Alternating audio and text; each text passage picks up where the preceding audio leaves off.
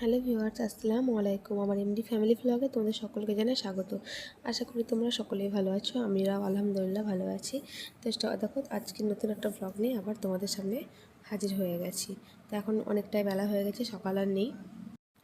আর এত বেলাতে দেখো খেতে বসেছি আজকে একসঙ্গেই, তোমার দাদাভাই আমি একসঙ্গে খেতে বসেছি। মেয়েকে খাইয়ে দিয়েছি বলতে ও তো বুঝতে পারছো সর্দি ঠান্ডার জন্য মুখে স্বাদ টাদ নেই। তো কী দেবো ওকে, আজকে একটা রুটি করে দিয়েছিলাম, কিন্তু খেলো না, একটু একটু ছিঁড়ে ছিঁড়ে যেটুকু খেয়েছে। আর আমরা এখন দেখো ঘুগনি মুড়ি খেতে বসেছি। তো দেখো মেয়ে কী করছে বদমাশি ওর বাবার সঙ্গে কোলে বসে। তো এখন এভাবে ও এরকম খাওয়ার সময়তে প্রতিদিনই করে এগুলো। তো যেগুলো তোমাদের সঙ্গে আমার দেখানোই হয় না, শেয়ার করা হয় না, তো ভাবলাম আজকে সকালকার ব্রেকফাস্ট থেকেই তোমাদের সঙ্গে ভিডিওটা শেয়ার করি, তার জন্যই শেয়ার করলাম তোমাদের সঙ্গে। তো দেখো ব্রেকফাস্ট করা কমপ্লিট হয়ে গেল। এদিকে কিন্তু মামনি ভাত বসিয়ে দিয়েছে, ভাতটা ফুটে গেছে। আর দেখো তরকারি করেছে, এখানে হচ্ছে কেন্দুরি আলু ভাজা চলছে, এখনও কমপ্লিট হয়নি। আর দেখো এখানে শাকটা কেটে রেখে দিয়েছে, পুঁই শাক আলু আর পেঁয়াজ কেটে রেখেছে, তো চচ্চড়ি হবে। আর মেয়ে দেখো পাগল হয়ে গেছে, বাবলস খুঁজে বেড়াচ্ছে। তো বাবলসটা রাত্রে মেলা থেকে এনেছিলাম, কোথায় রেখেছে এখন খুঁজে পাচ্ছি না, সেটাই খুঁজছিল। আর এখন অনেক 11টা 11:30 বেজে গেছে, 11:30 বাজছে। তো মেয়েকে একটা আম কেটে দিলাম পাকা, ও আম খেতে ভালোবাসে, সকালে যেহেতু ভালোভাবে কিছু খায়নি, তো দেখলাম একটা আম কেটে দিই, আম মিষ্টি মিষ্টি টক টক, ওর মুখে ভালো লাগবে, আর এমনিতে আমটা ভালোই বাসে। তো আম কেটে দিয়েছিলাম, সে আমটা খেলো। তো মুখে হাতে পুরো লাগিয়ে নিয়েছিল, তার জন্য আমি ধুয়ে দিলাম। মুখ হাতটা গোসল করাবো একটু পরেই, এখন বেশি বেলা হয়নি, মোটামুটি 12টা 12:30 দিকে তখন গোসল করে দেবো। আর এখন দেখো ওকে এখন একটু মুছে দিলাম, মুছে দিয়েছি, ওষুধ টষুধও খাওয়ানো হয়ে গেছে। তো আমার কাছে মুছে নেবে না, নিজেই মুছবে বলে দেখো গামছাটা নিয়ে নিল যে আমি নিজেই মুছবো। তো দেখলাম ঠিক আছে, যাই করো, নিজেই মুছে। তো দেখো বিছানা টিছানার কী অবস্থা হয়ে আছে, বিছানাগুলো তুলবো, সব কিছু এই টেবিল মেবিল সব নোংরা হয়ে আছে, সেগুলো সব কিছু পরিষ্কার করতে হবে। তো দেখলাম তোমাদের সঙ্গে শেয়ার করি কাজবাজ ঘরের, কাজবাজ তো সেরকম কিছুই শেয়ার করি না। তো দেখো আমি বিছানাটা ভাবছিলাম যে মানে মেয়ে কালকে পানি ফেলে দিয়েছিল রাত্রিবেলাতে, মানে পানির বোতলে ঢাকনাটা খুলে রেখে দিয়েছিল ও, দিয়ে তোষকটা ভিজে গেছিলো। তো ওইভাবে আমি রাত্রিবেলা দেখলাম আর কোথায় মেলতে যাব, দিয়ে আমি উপরে চাদরটা দিয়ে দিয়েছিলাম। তো এখন দেখো মেলতে যাবোই ভাবছিলাম, তো তারপরে তোমার দাদাভাই মেয়ের জন্য কলা নিয়ে চলে এলো। তো ওকে বললাম যে তাহলে একটু তুলে দাও তুমি ছাদে গিয়ে রোদে। তো দেখো নিয়ে চলে গেল ছাদে মেলতে। তো ছাদে মেললে আজকে রোদও আছে কড়া, এখন তো রোদ হচ্ছে, গরম আছে, তো রোদে দিয়ে দিলে একদম শুকিয়ে যাবে পানিটা। আর না হলে কিন্তু গন্ধ করবে, যদি ভেজাকে রেখে দিই না তাহলে একটা কেমনই গন্ধ করবে, পচা পচা ঘরটাও গন্ধ করবে। যার জন্য রোদে ওকে দিতে দিলাম। আর ওটা খুব ভারী তোষকটা, মানে নিয়ে যেতে খুবই কষ্ট। তো ভালোই হলো, চলে এলো তোমার দাদাভাই, তো ওকে দিয়ে দিলাম। আর এখন দেখো এই যেটা নিচে একটা বালাপোষ দেওয়া আছে, তার উপরে আমি এখন চাদরটা দিয়ে দিচ্ছি। যখন ওটা শুকিয়ে যাবে তখন আবার পেতে নেবো ভালো করে, তখন আরেকটা চাদর দিয়ে দেবো। তো এখন আপাতত আমি বালাপোষের উপরেই যে চাদরটা বিছানো ছিল সেটাকেই দিয়ে দিলাম। আর এখন আর বিছালাম না, একদম কালকেই তখন চেঞ্জ করব চাদর, কারণ এটাতে বেশি খুব একটা ময়লা হয়নি। আর তার আগে ওই দেখো একটা আপেল মেয়েকে ছেলে দিলাম, আগে সেদ্ধ করে খাওয়াতাম, ইদানিং কিছুদিন থেকে ওকে 2-5 দিন থেকে কাঁচা আপেল দিচ্ছি। তো দেখো কাঁচা আপেল দিয়ে দিয়েছি মুখে, যে তুমি নিজে কাঁচা চিবিয়ে চিবিয়ে খাও, দাঁতগুলো শক্ত হবে। আর তোমার দাদাভাই এসেছিলো এই টাইমে, তার কারণ হচ্ছে মেয়ের জন্য ওষুধ আনতে বলেছিলাম, তো ওষুধটা নিয়ে যেতেই ভুলে গেছিলো। আর ওই ওষুধটার মধ্যে পাওয়ারটা লেখা আছে, তো যেটা ওখানে মানে বলতে পারছিল না, নামটা বলছিল তো কত পাওয়ার সেটা মনে ছিল না। তার জন্য ওষুধের খাপটা দেখো খুঁজে বেড়াচ্ছি যে কোথায় আছে, কোথায় রাখলাম, মানে খুঁজে পাচ্ছিলাম না, যে মেয়ে হয়তো কোথাও রেখে দিয়েছে কি, সেটাই আমরা খুঁজছিলাম।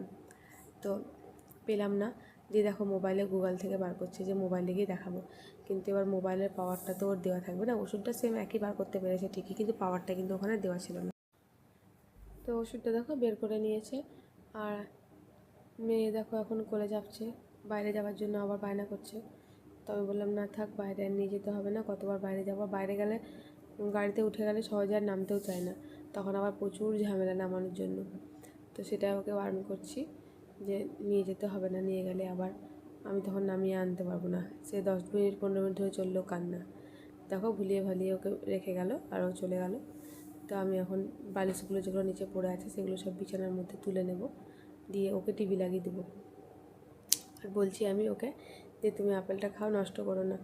এই দেখো হয়ে গেল খাওয়া, আর খাবে না একটু, জানি আমি পুরো একটা আপেল তো খেতে পারি না, তার জন্য আমি অর্ধেকটাই ছেড়ে দিয়েছিলাম, আর অর্ধেকটা দেখো আছে, তখন খাবে না। তোকে বলছি একটু কলা খাও, তাহলে কলা দিচ্ছি, ছোটো ছোটো চিনে কলা। দেখো এখন নিল, আর যদি টিভিটা লাগিয়ে দিই তাহলে কিন্তু কলাটা খাবে। তো আগেই বলে আমাকে যে কলা খেলে পরে তুমি টিভি লাগিয়ে দাও, আমি টিভি দেখে দেখে কলা খাবো। তো দেখো ওইখানে ছিল নাকের ইনহেলারগুলো আমারটা, তো ভরে রেখে দিলাম কাচের মধ্যে। আমার আবার নাক বন্ধ হয়ে যায়, তোমরা তো জানো, তোমাদেরকে বলি, তখন ওটা নাকে লাগে। তো যখনই আমি রাত্রে ঘুমাই তখন এই জিনিসটা বেশি কষ্ট হয়, কারণ ঘুমাবার সময় নাক বন্ধ হয়ে যায়, তখন নিঃশ্বাস নিতে কষ্ট হয়। আর এক ফোঁটা করে দিয়ে দিলে তখন আরাম পায়, তখন নিঃশ্বাসটা নিতে পারি, নাকটা ক্লিয়ার হয়ে যায়। মানে সর্দি লেগে থাকে সেটা নয়, কিন্তু নাকটা বন্ধ হয়ে যায়, 12 মাসে এটা হয়। তার জন্য এটা ব্যবহার করি, যখন আমার অসুবিধা হয় তখনই, রেগুলার প্রতিদিন লাগাই না। তো কথা বলতে বলতে দেখো আমি চলে এসেছিলাম মামুনির রুমটা ঝেড়ে দিতে, কারণ মামুনি তো সকাল থেকে কাজ বাজ করছেই। তো আমি দেখলাম মামুনির রুমটাও বিছানা টিছানা ঝাড়া হয়নি, তো যাই আমার রুমটা ঝাড়া হয়ে গেল, এবার মামুনিরটা একটু ঝেড়ে দিই। তো চাদরটা জিজ্ঞেস করলাম এটাই পাতবো নাকি অন্য, তো বললো না থাক এটাই পেতে দে, রাত্রে তখন চেঞ্জ করব। তো এটাই পেতে দিচ্ছি এখন চাদর, কারণ এটা পরিষ্কার করা কাঁচা চাদর। আর কাঁচা হলেও মানে কারণ নোরায়া কালকে রাত্রেবেলায় পুরো চাদরে যেন তো লিপস্টিক লাগিয়েছিল, মানে জায়গায় জায়গায় লাগিয়েছিল, কালারটা এরকম সবুজ বলে তোমরা বুঝতে পারছো না। তো রাত্রেবেলা লিপস্টিক এনে নিজেও মেখেছিল, চাদরকেও মাখিয়েছিল, ওই জন্য বললাম যে চেঞ্জ করে দিচ্ছে। তো বারণ করলো মামনি যে না চাকা চেঞ্জ করতে হবে না, তো ওই জন্য চেঞ্জ করলাম না। তো এদিকে দেখো কথা বলছি, গল্প করছি, আর আমি কিন্তু বিছানা ঝাড়ছি। তো মামনি কিন্তু রান্না বান্না বসিয়ে দিয়েছে, আর অনেকগুলো কাপড় ছিল ভিজিয়েছিল। তো আমি দেখো ঘর বাড়ি সব ঝাড় দিয়ে দিলাম একদম, মানে ঘরগুলো ঝেড়া ঝোড়াও হয়ে গেছে, যেমন চাদর তেমনি ঘর বাড়িগুলো ঝাড় দিয়ে নিয়েছি। আর এদিকে দেখো মামনি কাপড় সব ভিজিয়েছিল, কাঁচা হয়ে গেছে, শুধুমাত্র পানি মানে যাকে বলে পানি খাগলানো বলি আমরা, সেটা এখন করবে। আর বাকি কিছু আছে ওটা গোসল করার সময় কাচবে। আর ঝাড় দিয়ে দেখো কতগুলো নোংরা বের হলো। তো এই উঠোনটা মামনি বললো আমি ঝাড় দিয়ে দেবো, উঠোনটা আর তোকে ঝাড় দিতে হবে না, আমার রান্না হয়ে গেলে আমি উঠোন ঝাড় দিয়ে দেবো। তো আমি দেখলাম যে মামনি তো কালকে মুছেছিল, আজকে আমি একটু মুছে নিই। তো সব ঘরগুলো মুছতে পারবো না, মামনির রুমটা আমার রুমটা মুছে নেব, আর পারলে পরে ডাইনিংটা মুছে নেব। তো চলো এখন বালতিতে পানি ভরে নিয়েছি, আর পানি ভরে তোমাদের দেখলেই কাপড়টা নিয়ে এলাম। তো আমাদের আবার মামুনি ঘর মোছা কাপড় আলাদা, বারান্দা মোছা কাপড় আলাদা, রান্নাঘর মোছা কাপড় আলাদা, সব কিন্তু আলাদা আলাদা রেখে দেয়, একই কাপড়ে কিন্তু সবগুলো মুছে না। তো রুমগুলো দেখো এই কাপড়টাতে মোছা হয়, বারান্দা মোছা আর একটা কাপড়ে। আর এই দেখো তোমাদের সঙ্গে গল্প করছিলাম, কিন্তু ফাঁকে আমি মেয়েকে গোসলটাও করে দিয়েছি। ঘর মোছার পানি ভরতে দিয়েছিলাম বালতিতে, ততক্ষণে মেয়েকে 5 মিনিট তো লাগলো, বেশিক্ষণ সময় লাগেনি, কারণ এখন বেশি সাবান টাবান দিচ্ছি না, যেহেতু সর্দি ঠান্ডার মধ্যে লেগে এখনও ঠিকঠাক ক্লিয়ার হয়নি, ওই জন্য অল্প একটু পানি দিয়ে ওকে গোসল করে নিয়েছি। তো দেখো গোসল করে মুছিয়ে টুছিয়ে দিয়ে প্যান্ট পরে দিয়েছিলাম, এবার জামাটা বললো আমি নিজেই পরবো। তো দেখো পারলো না, তখন শেষে যে আমার কাছে এলো যে জামাটা লাগিয়ে দাও। তো বোতামগুলো আমি লাগিয়ে দিলাম, আর তার জন্য দেখো আমাকে একটা উম্মা দিল। আর দেখছো তো আমাকে এখন বলছে মানে গুড গার্ল বললো এরকম। তো আমি বললাম ঠিক আছে শোনা, তুমি বদমাশি করো না, চুপ করে থাকো, আমি মুছে নিচ্ছি, মুছে নিয়ে গোসল করে তোমাকে ভাত খাইয়ে দেবো। তো ও এখন চিপস খাওয়ার জন্য বায়না করছে। কাল রাতে চিপস এনেছিলো, সেই চিপসটা একটা খেয়েছিল 1 প্যাকেট, আর একটা মানে ভরা আছে। তো দেখো বলছে আমি নিবই বলে এরকম করছে। তা বলছে এখন খেও না, চিপসটা খেলে তখন তুমি ভাত খাবে না আমি জানি, কিন্তু ও না শুনবেই না। তো দেখো এখন বিছানায় উঠে গেছে, তো চিপসটা এখানে রাখাই আছে, তো সেটা। আর এখানে ওর জন্য খাবার কিছু না কিছু এনে রাখতেই হয়, মানে কখন কি হঠাৎ করে বলবে এটা নেবো ওটা নেবো, তখন বের করে দিতে হয়। তার জন্য আমি ওর পাপা যেগুলো নিয়ে আসে সব এখানে ভরে রেখে দিই, আর সবগুলো একসঙ্গে হাতে দিলে সবগুলোকে একদম প্যাকেট খুলে ছিঁড়ে ফিরে একাকার করে দিবে, ওই জন্য হাতেও সবগুলো দিই না। আর মাঝে মাঝে ওর পাপা নিয়ে আসে দিয়ে ওর হাতে সব কিছু দিয়ে দেয়, তখনই সব জিনিস নষ্ট করে ফেলে দেয়। তো যতটা পারি আমি লুকিয়ে রেখে দিই, কারণ অন্য সময় কখন কি হঠাৎ চাইবে তখন না হলে দেবো, আর একসঙ্গে দিলে সবই শেষ করে দেবো, ওই জন্য দিই না। তো চলো দেখো ঘরটা মুছে নিলাম, নিজের কাজ নিজেকে তো করতেই হবে বলো, কাজের লোক না পেলে কিছু করার নাই এখন। ওরা কাজও ঠিকঠাক করবে না, কিন্তু ওদের কথাও শুনতে হবে, আর যদি ওদের কথা শুনে মতো চলো তাহলে ঠিক আছে। আর ওদেরকে কিন্তু কিছু বলতে পারবে না, কোনো কাজ ভুল করলেও সেটা বলা যাবে না, বললে পরে কিন্তু ওদের আবার রাগ হয়ে যাবে। তো যাই হোক, এখন যতদিন পাওয়া যাচ্ছে না ততদিন এইভাবেই মামনি আমি দুজন মিলে আমরা যতটা পারবো করব। তো মামনি তো বলছিল লাঠিগুলো নিয়ে আসবো, লাঠি দিয়ে বেশি কষ্ট হবে না, হাত দিয়ে একটু বেশি চাপ পড়ছে শরীরের মধ্যে, তো লাঠিটাই নিয়ে আসবো কিনে। তো বাজার এখনও যাইনি মামনি আমি, তো যাব তখন আমরা আসার সময় লাঠিগুলো কিনে আসবো। আর দেখো কারেন্টটাও চলে গেল, এই গরমে মরছি, এত গরম, তার উপরে দেখো কারেন্টটা চলে গেল। সত্যি বটে, ভাবলাম একটু মানে ফ্যানের তলে বসে আরাম করবো মোছার পর, তো কারেন্টটাও চলে যেতে হলো তখন। এই গরমের দিনে যত কারেন্টে ডিস্টার্ব করে। তো দেখো মেয়েও এখন এবার নামার জন্য পায়তারা করছে, গরম লাগছে বলে। তো ওই রুমটা মোছা হয়ে গেল কমপ্লিট, এবার হচ্ছে বেসিনটাকে পরিষ্কার করতে হবে। তো বেসিনটাকে পরিষ্কার করে নেবো এখন। তো আমার ভয়েসটা হয়তো শুনতে তোমাদেরকে কেমন লাগবে, কারণ আমি ভয়েসটা দিই রাত্রিবেলাতে, জানো তো, সবাই যখন ঘুমিয়ে যায় তখনই আমি রাত্রিবেলাতে ভয়েসটা দিই। হয়তো ভয়েসটা মানে শুয়ে শুয়ে ভয়েসটা দিই, তো তোমাদেরকে কেমন শুনতে লাগে জানি না, আর বুঝতে পারো কি জানি আমি জানি না। অবশ্যই কোনো প্রবলেম হলে কমেন্টে কিন্তু জানিয়ে দিও। তো ঠিক আছে বন্ধুরা, দেখো এখন বেসিনটাকে ভালো করে মেজে নিচ্ছি। মানে একটা ছোট ছোট যে আলুর বস্তার ছোবড়াগুলো হয় না, ওটা দিয়ে কিন্তু সার্ফ দিয়ে মেজে নিচ্ছি বেসিনটাকে ভালো করে। আর আবার নাইটিটা পুরো ভিজে গেছে, ওই জন্য আমি ওইভাবে ধরে আছি। তো বেসিনটাকে চেপে চেপে মেজে নিচ্ছি, চেপে চেপে না মাজলে তেল তেল করে। তো চলো এখন ভালো করে বেসিনটাকে মেজে নেব।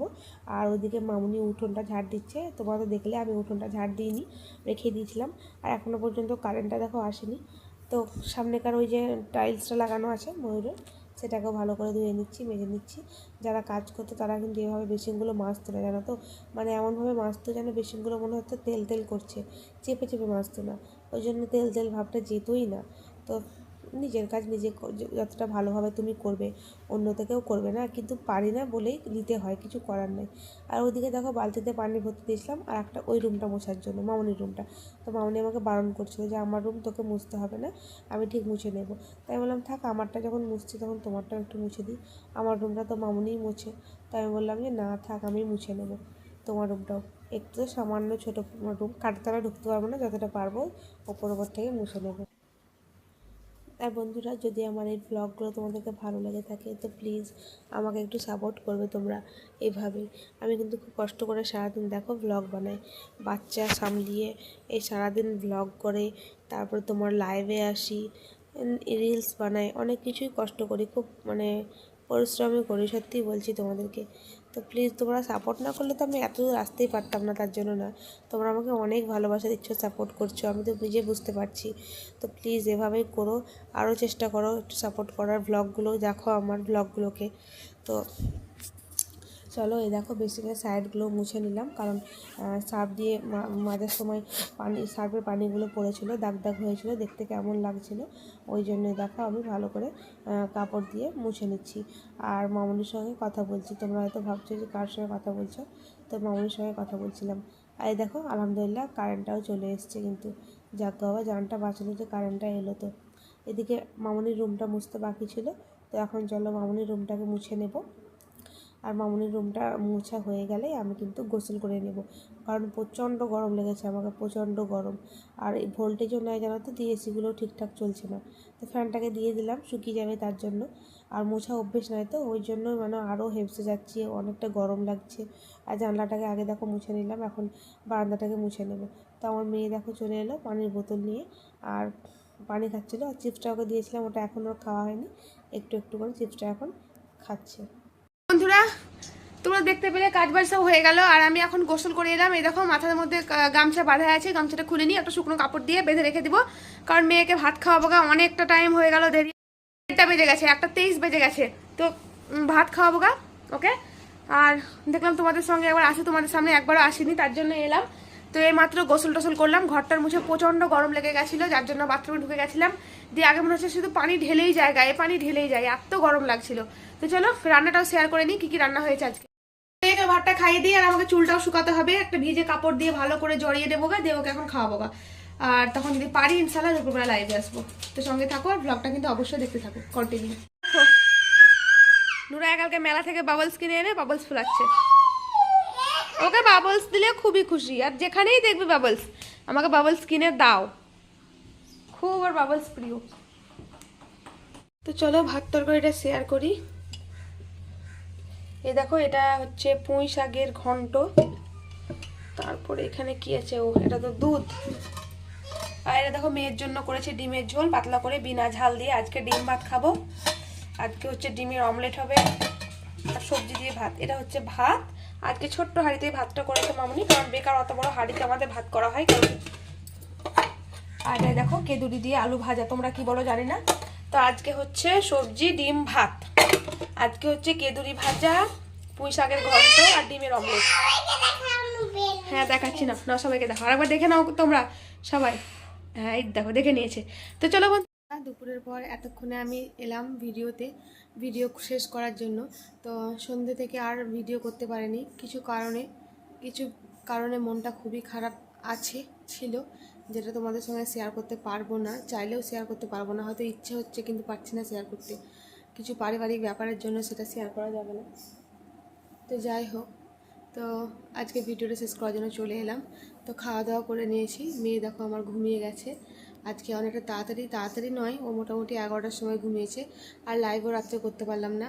আর তোমার দাদা ভাই দেখো এক্ষুনি খেয়ে ও বাইরে আছে শুবে এবার। আর মামনিও ঘুমিয়ে গেছে। তো বিছানা কমপ্লিট করে নিয়েছি, দেখতে পাচ্ছ মশারির ভেতরে আছি। তো দেখলাম ভিডিওটা শেষ করে নিই, ভিডিওটা শেষ করে দিই। আর একটা কথা আছে, একদিকে যেমন মন খারাপ তেমনি আরেকদিকে একটা খুশির কথাও আছে, খুশির খবর যে আমার কিন্তু আজকে 1 লাখ আল্লাহর রহমতে তোমাদের ভালোবাসায় সাপোর্টে 1 লাখ কমপ্লিট হলো ফ্যামিলি। তো তোমাদেরকে অনেক অনেক ধন্যবাদ। যদি পারি তো অবশ্যই 1 লাখের সেলিব্রিটি করব, যদি আল্লাহ করাতে ইনশাল্লাহ করব। আর যদি না হয় তো কিছু করার নেই। আর যদি করি তো ইনশাল্লাহ তোমাদের সঙ্গে সেই ভিডিওতে আমি শেয়ার করবই। তো দেখি কতদূর কী করায় আল্লাহ, করলে ইনশাল্লাহ তোমাদের সঙ্গে শেয়ার করবই। তো এখন এবার ঘুমোবো, ইনশাল্লাহ আবার কাল থেকে নেক্সট ব্লগে তোমাদের সঙ্গে দেখা হবে। তো তোমরা সকলেই ভালো থাকবে, সুস্থ থাকবে। আর আমার চ্যানেলটা যদি ভালো লাগে তো অবশ্যই সাবস্ক্রাইব করে দিও, ব্লগটা সাপোর্ট করো, ব্লগগুলো দেখো আমার, প্লিজ ব্লগগুলো দেখো, দেখে আমাকে সাপোর্ট করো। তো আজকের মতো এই পর্যন্তই। ভালো থেকো, সুস্থ থেকো, খুদা হাফিজ, আসসালামু আলাইকুম। দেখা হচ্ছে নেক্সট ব্লগে।